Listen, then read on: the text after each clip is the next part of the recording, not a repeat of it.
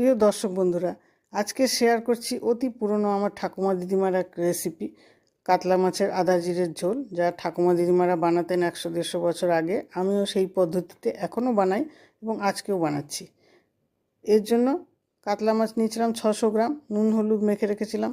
তেল গরম হলে মাছগুলো ছেড়ে দিয়ে তাতে এপিট ওপিট করে মাছগুলো পুরো ভেজে নেব ভালো করে।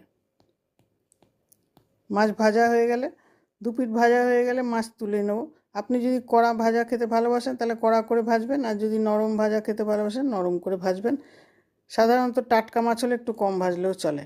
মাছগুলো ভেজে তুলে নিয়েছি। তারপর তেলে দিয়ে দিচ্ছি জিরে আর তেজপাতা ফোড়ন। জিরে তেজপাতা ফোড়ন দেওয়া হয়ে গেলে, ফোড়নগুলো যখন ফুটে উঠবে তখন লম্বা লম্বা করে দুটো আলু কেটে রেখেছিলাম, আলুগুলো ছেড়ে দিলাম। আলু দিয়ে তার সাথে হলুদ আর নুন দিয়ে আলুগুলোকে একটু ভেজে নেব। পুরো লাল করে ভাজার দরকার নেই, অর্ধেক ভাজা হলেই হবে। এই আদা জিরের ঝোল গরমকালে খেলে শরীর বেশ ভালো থাকে, পেটও ঠান্ডা থাকে। আদা জিরের আয়ুর্বেদিক গুণও আছে, কাজেই এই ঝোল খাওয়া ভালো। এর জন্য প্রথমে দিয়ে দিলাম লঙ্কার গুঁড়ো 1 চামচ, হলুদের গুঁড়ো 1 চামচ, আর 1 চামচ জিরের গুঁড়ো দিলাম। আর দিয়ে দিচ্ছি গ্রেট করা আদা ছিল আমার কাছে, আপনি আদা বাটা থাকলে আদা বাটা দেবেন।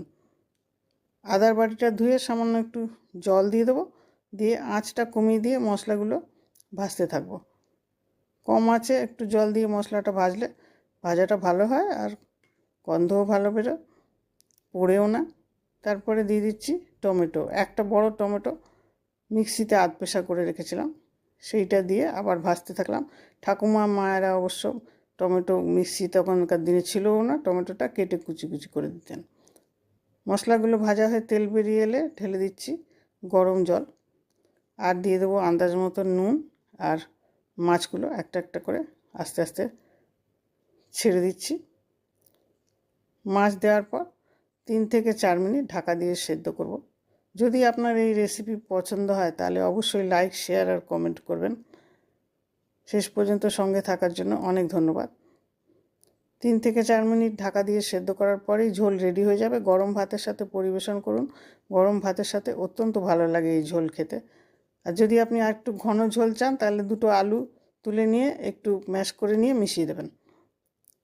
এবার দেখুন ঝোল রেডি হয়ে গেছে। গরম ভাতের সাথে খান।